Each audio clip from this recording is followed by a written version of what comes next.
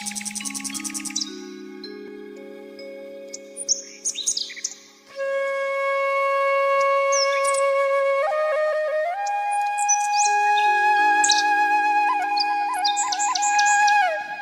श्री राम मित्रों, संत कबीर के जीवन का एक बहुत ही सुंदर प्रसंग है जिसमें उन्होंने राम नाम की महिमा का महत्व बताया है।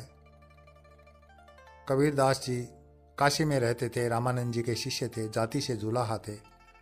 उनके एक पुत्र भी था जिसका नाम था कमाल। कमाल बाल्यावस्था में ही था। उसका रोज का क्रम था घर से मटका लेकर गंगा तट तक जाना और गंगा से जल भर के लाना।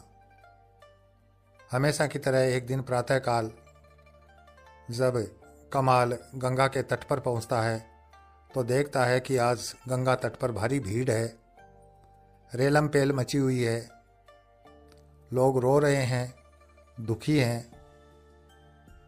एक राज दरबारी से लगने वाले व्यक्ति को कमाल ने पूछा कि भाई क्या माजरा है, ये इतनी भारी भीड़ क्यों है? मैं रोज आता हूँ तो गंगा तट पर शांति रहती है।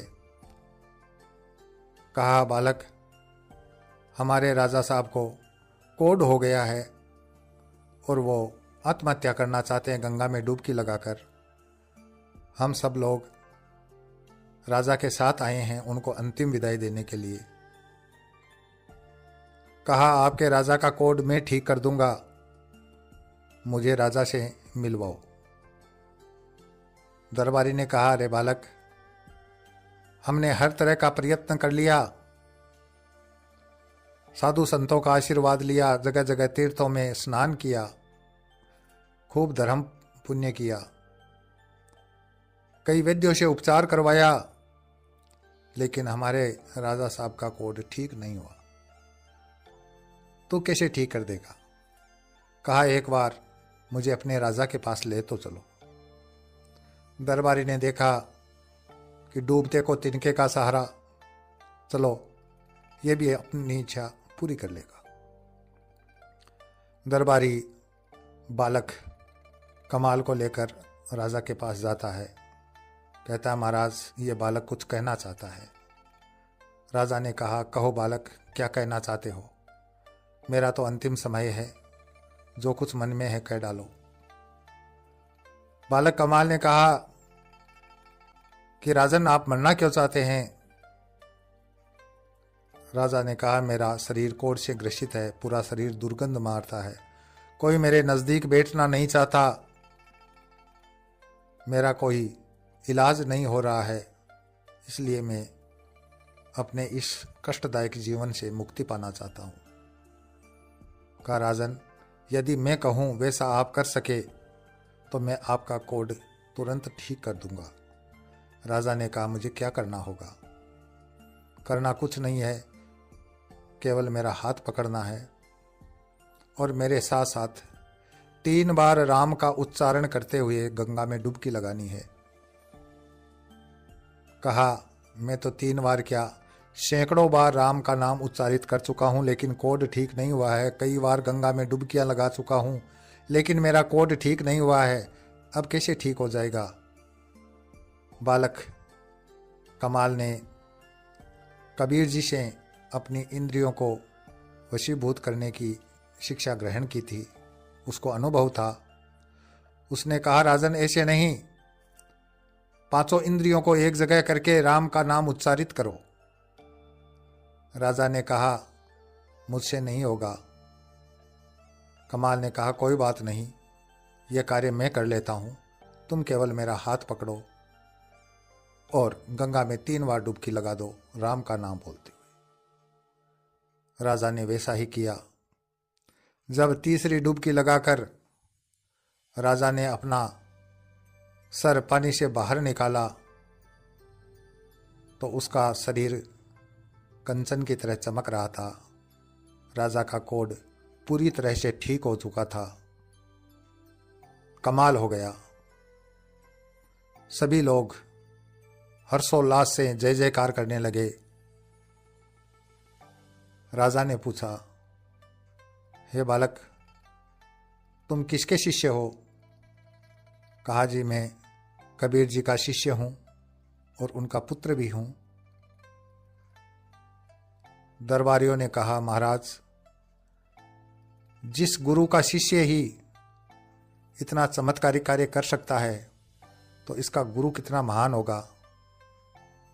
राजा ने कहा, बालक, हम तुम्हारे गुरु के दर्शन करना चाहते हैं।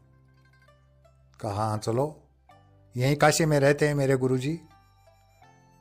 और आगे आगे कमाल, पीछे पीछे राजा और उसका लाव लश्कर।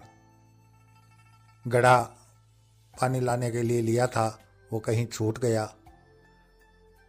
कबीर जी ने कोलाहल सुना, दूर से ही देखा कि कमाल बिना मटका लिए ही चला आ रहा है और उसके पीछे भारी भीड़ चली आ रही है।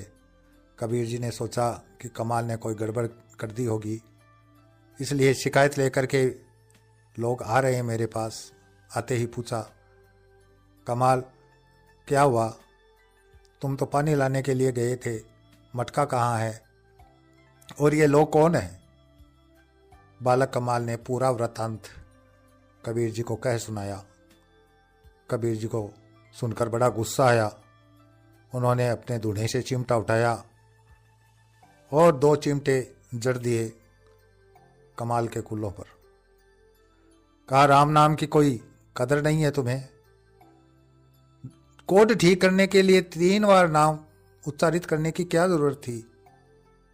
राम नाम की इतनी फिजूल खर्ची क्यों की तुमने? कोड तो एक बार राम नाम से उच्चारित होने से ही ठीक हो जाता है। 3 बार राम बोलने से तो मुर्दे भी जीवित हो जाते हैं। दरबारियों ने सुना तो विश्वास नहीं हुआ।